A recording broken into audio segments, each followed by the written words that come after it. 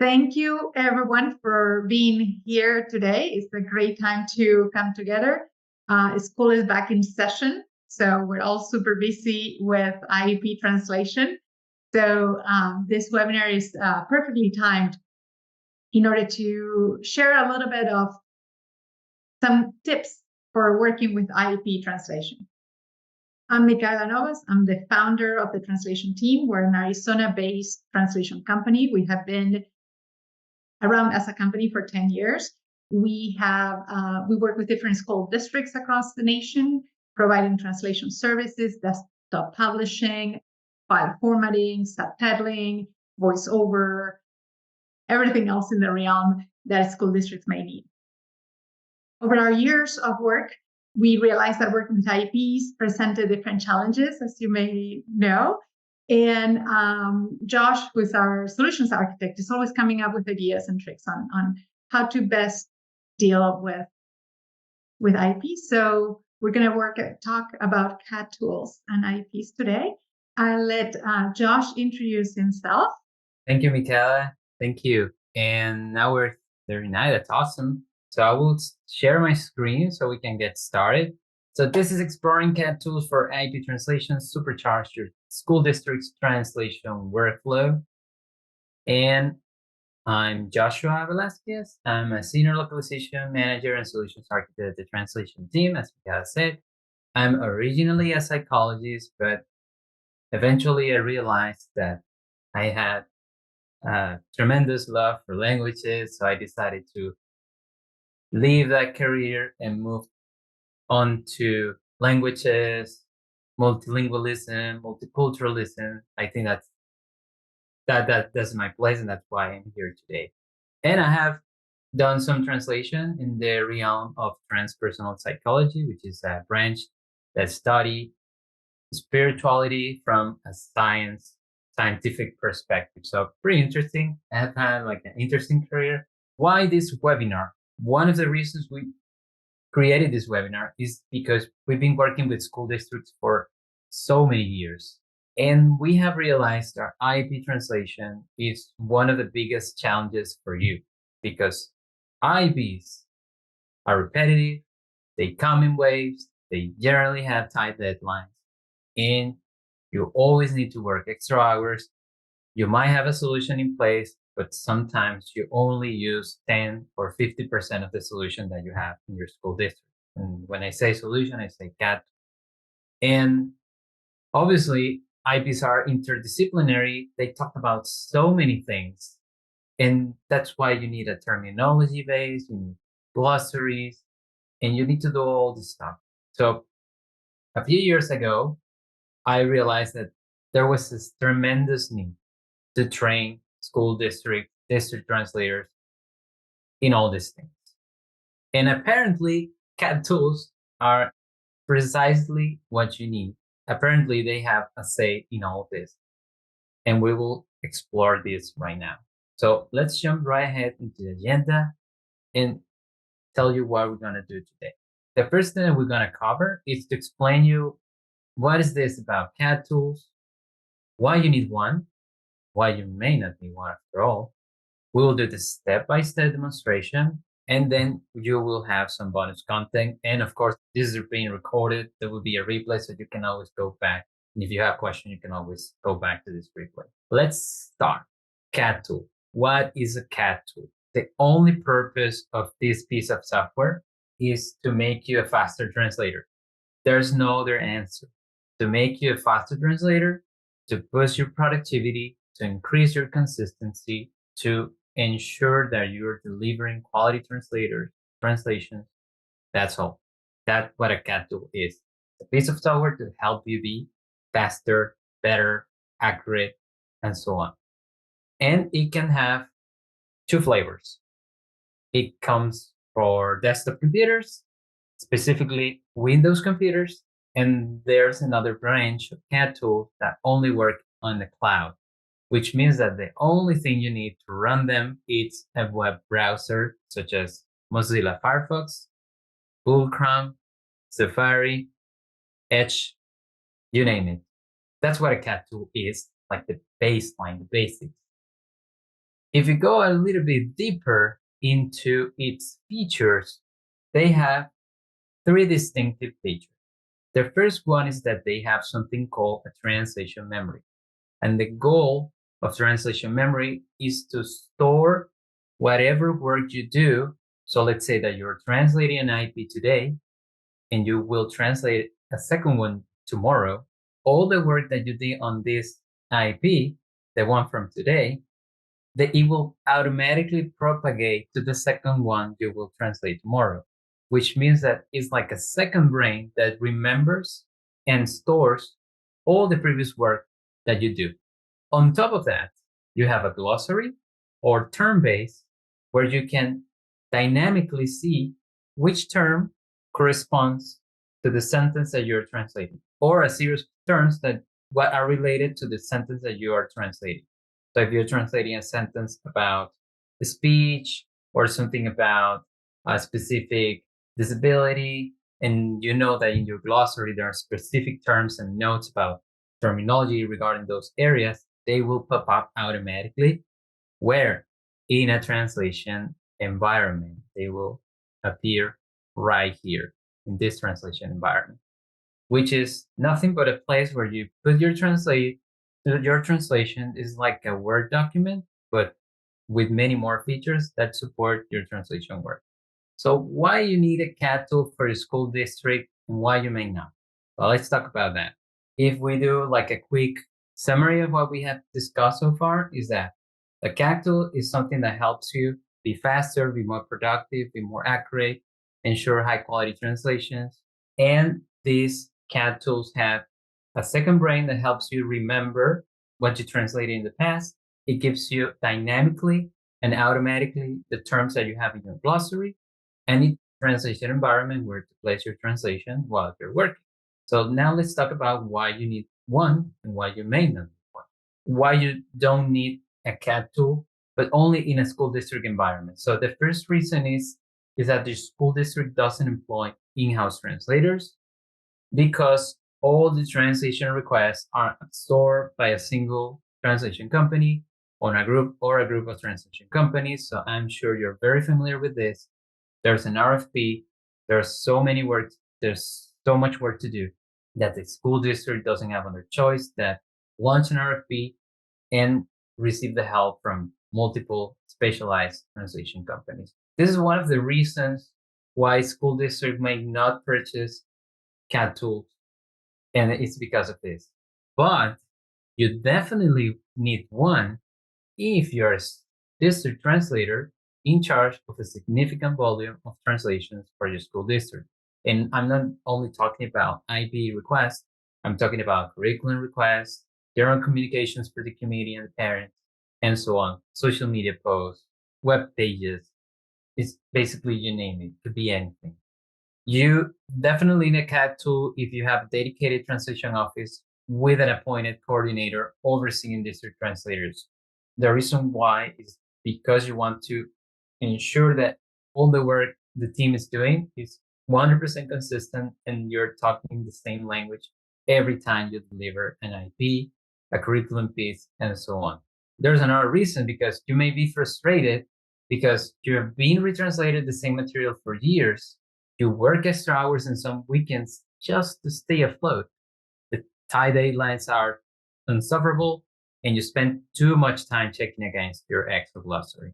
BWX is a translation solution offered by BureauWorks. BureauWorks kindly offer their technology platform, their translation platform to do this demonstration, and it's super important for you to know that we're not receiving any compensation for this. There are no commissions for this. They kindly gave us the space to do this demonstration using their platform. We believe is a really interesting option for you.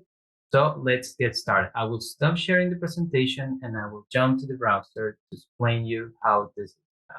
Welcome to a CAC tool. This is a CAC tool. There are like 30 different solutions out there in the market. This is one of them. This is a cloud-based CAD tool called BWX or BureauWorks, whatever you want to call it. They have these two names. And let's go back to what we were talking about. We said that this helps you be a faster translation. We talked about translation memories, translation glossaries, and we talked about translation environment. So, okay, let's get started. What you see here, you will see many other captures. This is a general interface with some options and a menu with different tabs. But today we're gonna focus on translation memory, translation glossary, and projects. We're going to create a sample project for you to see how this all happens. So let's start with the translation memory piece. A translation memory, again, is like a second brain. And if you're starting from scratch, no matter what translation solution you're using, you need like a best. You need to create the brain, that second brain. And how do you create that second brain? By creating the translation memory. So right here we have a button, which is add TM. This is again PWX interface, and we just simply use a name for this translation memory. So this is a great tip. Translation memories are always context based. So if you're a translator working with the special education documents and curriculum, you want to have one translation memory for each context. So in this case, I will create one for special education. So I will put a name to this special education, and you can put something like IEP, and I will put the day, the year, and the month. This specific solution also offers other features like organization. So if you're a school district, you could say that, well, we are Sunrise Public School. This is a fantasy name. And then this translation memory belongs to the school district. This is just a way to organize your assets. And then you can specify the different target languages. So you can say that this is going to be from English, United States, to Spanish, because that's the language that I know.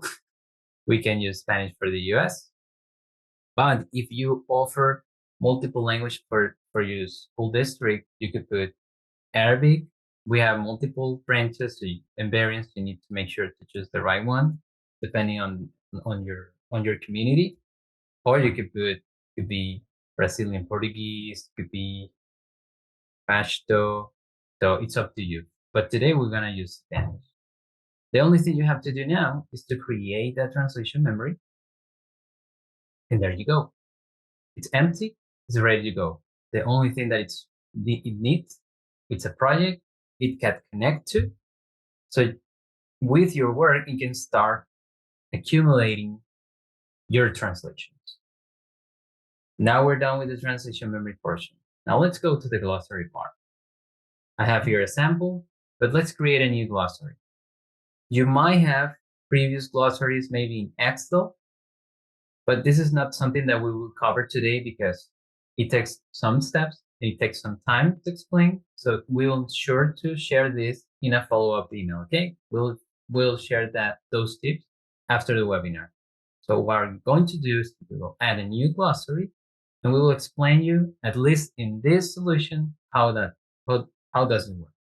So again, you need to give it a name to this glossary. So let's call it the Spanish IEP glossary in today's month.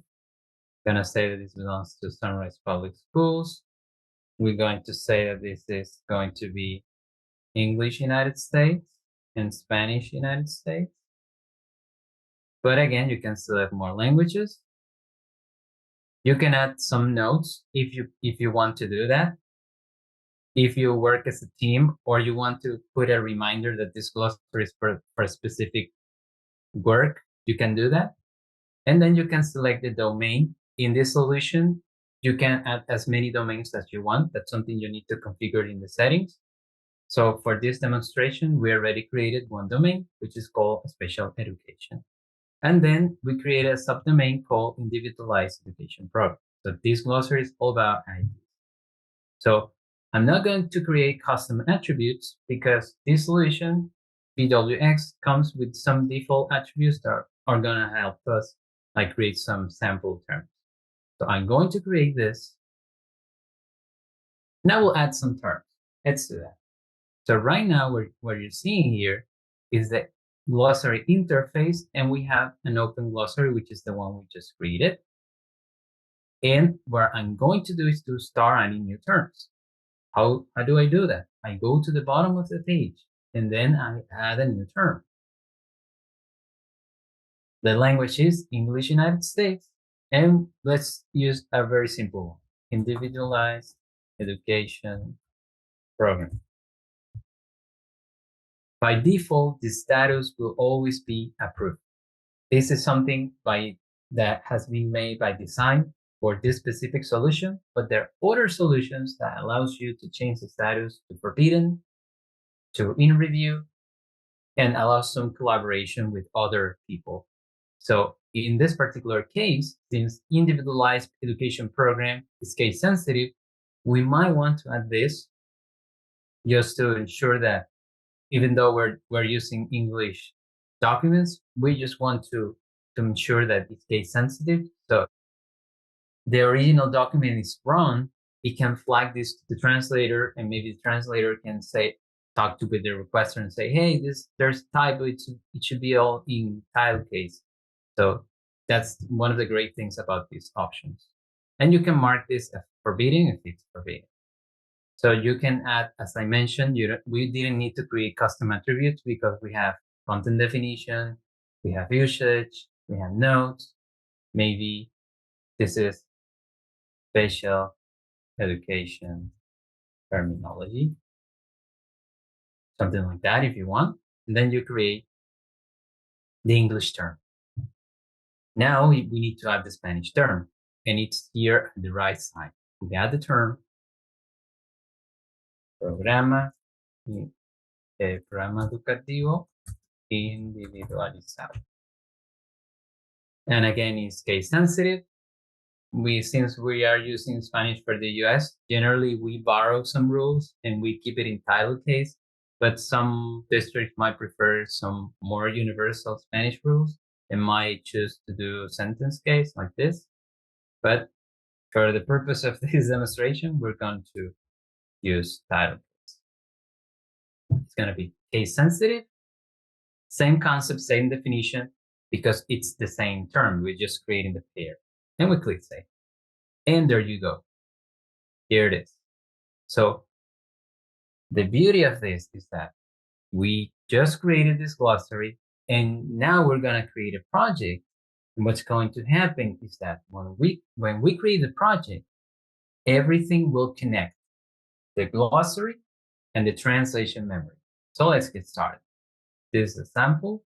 So I will create a new project from scratch to show you how the interface is, how the behavior is.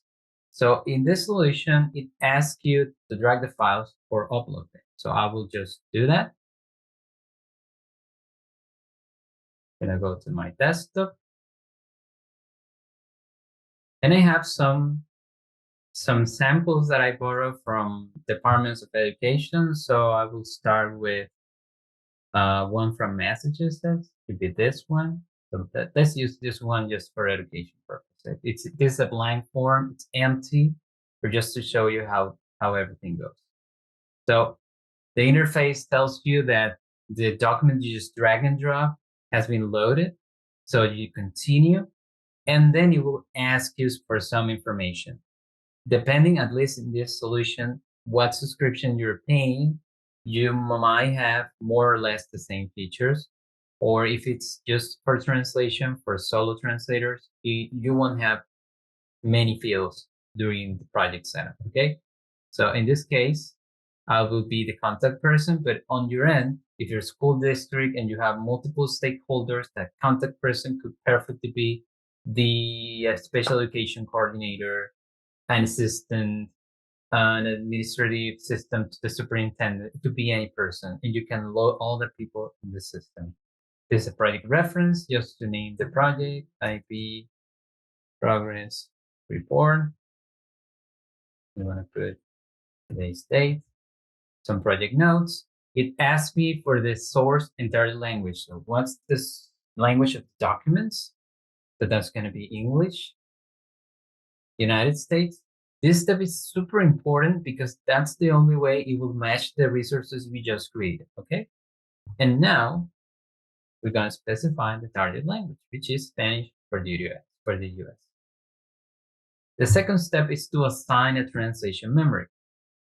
It said that the list is empty because we need to change the organizational unit.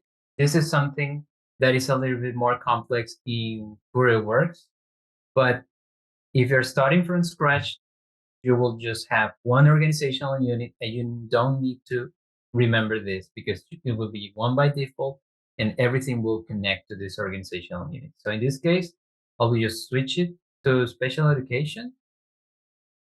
And we have the translation right here. I have a glossary right here. And since it has some features that are meant for businesses, you will see these prices, invoice info, but you don't need to fill those fields, okay? So now we're going to continue. And it asks you, okay, this is the language. What's the workflow? So in this solution, you have many workflows. You can say, well, we start with translation and then someone reviews the documents. So if you're Patricia does the translation, and then Yvonne takes care of reviewing the IEP, and then she takes care of all of the sign off and end off internally. So that's something you could perfectly do with this solution. We have two options that you can consider, and I have them right here open. One is one that we really recommend if you want to take care of all the file prep work. It's Solid Documents. This is a company that produces PDF conversion software. They're super good. Again, we're not receiving any commission, but by our experience, we know that their framework to do the conversion is superior to Adobe's Acrobat engine. So we recommend this one. You need to pay for this software. You need to download this software. If you don't want to use an offline converter and you want to do everything on the cloud in an encrypted fashion, you have iLog PDF, and they use the exact same technology provided by Solid Documents, but in a very easy to use interface. And they also provide OCR, which is optical character recognition for those scan docs that are not selectable, which text is not selectable. So you have these two options that we wanted to share with you. Again, we're not receiving a commission with this. And as always, do your due diligence, do your research. When you pay for these things, your data is safe. If you don't pay for these things, your data might be compromised eventually. So always, always, always do your research. But again, these are two really good solutions that you can consider. So right here, going back to Bureau Works, the problem is that right now the interface does not support DOC format. So you always have to upload IEPs in docs format. And what I did, how did I reach this place? Well, simply by clicking right here, and it loads the editor. So right now, because I'm a night mode person to take care of my vision, I have everything in black. But if you want to change the settings, I could easily just go to this document icon and change the night mode to light mode. And I think that's better for you. And we are in the editor, which is the translation environment. So what you see here, what you're seeing down here, is the form that we retrieved from the internet from the California Department of Education. This is an individual transition plan. This is a blank form, and this is the preview. And we see in the preview that there are many boxes, there are many fields, and what we see in the editor right here, where I am right here, is the exact same text with something called tags. And tags are all these numbers that you see here. These numbers ensure that you retain the specific format of the final document.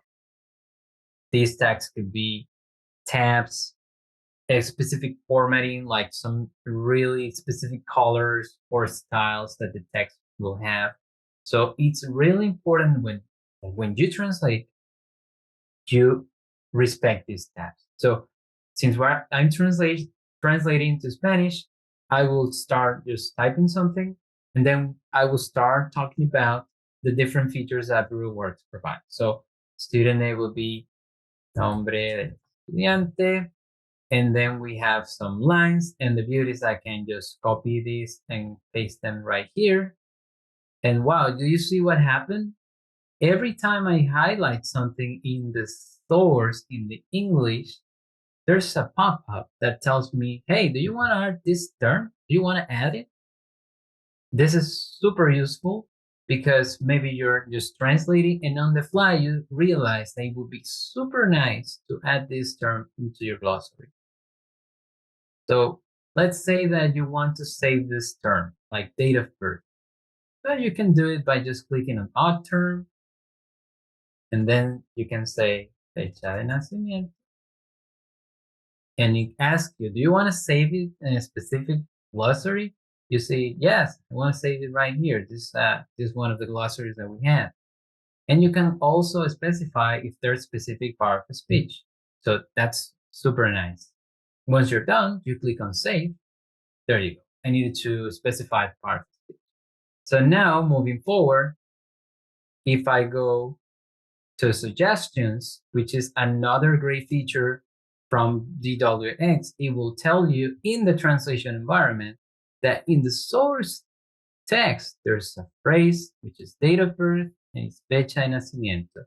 So you can make sure to add it, and then we can continue just completing the rest of the text. So fecha del P. Some district will go like P, but generally it's just IEP. And then we can add the rest here. So remember when I said that these gray things are called tags? Well, we need to place them. So the easiest way to place them is by dragging and drop. There are also some keyword shortcuts that you can check in the help center of DWX. So you don't need to use your mouse to place them. There's a really nice keyword shortcut. But right now, I think you need to go to the help section, and then it tells you which keyword shortcut will help you copy the tags and paste them in the right place. So for now, we're just gonna place them with the mouse.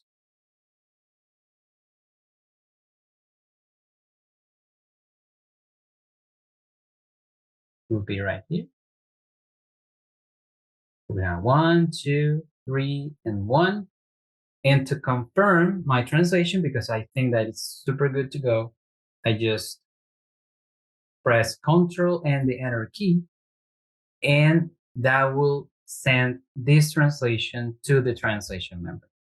You see here that it's now here. That means that it's in the TM, and I also have my new glossary term. If I have the same segment, this is called a segment, the same source text below, the tool will automatically propagate this information, so I don't need to translate it again. So this is the beauty of using CAD tools. CAD tools can help you forget about repetitions because they will do all the work for you. So we have more examples here. We can, let's see if we can translate something interesting right here. We could say like persona, responsable, and then you see that there's a blue arrow here. It tells you, hey, this is a repetition. This will happen across the document. So once I confirm this, it will automatically propagate to other instances. So here's the other instance. This tells you this is a repetition. This is another repetition. So this is the beauty. You don't need to do this again. You don't need to ever type this again. This is how it works, how it's like to use a translation environment like in VWX. Really easy to use. You have some features. If you work with a team, you can leave comments. You have the suggestions, just like this. There are some instructions if you work, again, if you're a coordinator in a translation unit and you want to assign instructions to your independent translators or your freelance translators, you can do that in this field and you can assign the work to them. And then we have some QA checks that this happens automatically as you go. You can start to check if everything is on point. You can search inside the translation memory for a specific phrase you might have translated in the past. So if I say estudiante in Spanish, it was in English, that's why I didn't catch anything. It will tell me that at some point in the past, I translated a phrase that had the word estudiante. So here it is. Formación de estudiante, estudiante, estudiante. So you can use this trick, this tip, to search for specific terminology that might not be already in the glossary. So that's how you do it. And you can control the type of, if you want to search for an expression, this is a little bit more technical, but generally you will use the match type contains, and you can also control how many results you want to see per page, okay? So this is a really great tool. And you can also do glossary searches. You can filter segments by specific statuses. We're not going to go deeper into this. We're running short of time, but this is something that you can do. You can control what kind of segments you want to see. If they have K, they're case sensitive. If you want to search for specific terms and they're case sensitive, or you want to search for segments with a specific word, and you want to tackle those first, that's something you can do using the filter. So in the very last minutes that we have, I want to show you another phase of BWX, and you're going to love this. I will close this. I will go to my settings, my account, and I will enable a technology called AI translation and reading. It tells me that, hey, this features is great. We need to send it to OpenAI because it needs to process your data in order for this feature to work. And it tells you that the data is encrypted at rest. So you have to type this, red and agree to activate the AI. There's something you have to do. Again, this is encrypted at rest. Your data is not compromised. But again, you need to do your due diligence. You need to talk with your IT department. You need to talk with your supervisor in order to decide if this is something that you can do, this is allowed, and so on, okay? So I will go back to our project and I will open the exact same document we're working, and you will see that something will change. Again, I will change the night mode to live mode, and it tells me the assistant is providing translations for you. So this will be a hybrid of machine translation, but at the same time, if you have a vast translation memory, it will try to learn your style and propagate and create a translation that mimics your translation style, that follows your district terminology, and so on. So translation smells, this is another QA feature of BWX when you activate AI features, that whenever you find an error, it will tell you, hey, this smells, and it tells you what's going on. That this is inconsistent capitalization, or there's something wrong going here. And on top of that, it helps you place the tags in the right place. So you don't need to place them manually. So this is one of the beauties of the AI age. So I can easily edit this. And if I consider this is ready to go, I just confirm with Control Enter, and then I go to the next section. And again, if you activate this feature, it gives you some machine translation power that inspires from your linguistic resources and provides some suggestions that you can use, those edit, and then confirm. So in this way, you can translate faster. Again, as you grow your translation memory, as you complete your projects, you will realize that it will start to be more accurate and will help you achieve those tight deadlines that we discussed before. So that's it. And we wanted to talk about this. If you feel that you in your school district you need a CAT tool, we offer some tiers to help you. If you're zero CAT tools, you need some help, you need someone to sit down with you to help you decide on a good solution, you can choose CAT to Explorer. If you have a CAT tool in your school district and you want to leverage it at 100%, take advantage of all its features, and you don't know where to start, you can call us, you can text me, you can email me. Hey, we're CAT tool enthusiasts. Please help us. And if you're on a very consolidated program in your school district, but you want to automate everything, again, we are your friends at the translation team. We can help you with these things. Aside from this, we offer translation services, but we also support school districts to be faster, to be more automated, to reduce friction, so you feel more empowered, so you have more technical skills, and we meet you where you are. As part of the bonus, after this webinar, you will get this, which is a really easy step-by-step process where you can do all the things that I did today. You can do them following this and watching the replay. We will offer the replay in a few days. We just need to edit it. And I wanted to take the chance to thank BureauWorks for giving us access to their platform. And the good news is that for this specific webinar, they are super kind people. They're offering 2 different discounts. And again, we're not affiliated with them. This is a gift for you. I know it's being hard. I know CAT tools are intimidating. This is an opportunity that you can take. But again, we're CAT tool agnostic. There's many, many, many solutions out there in the market that can support and can meet your specific needs. But then you have this opportunity to join the BureauWorks family and just run trial and let us know what you think. And they have an excellent customer support. Thank you guys for being here. Have a good rest of the afternoon, and you'll get a follow-up email and reach out with any questions. Take care. That's right. So, ciao, ciao, everyone. Thank you.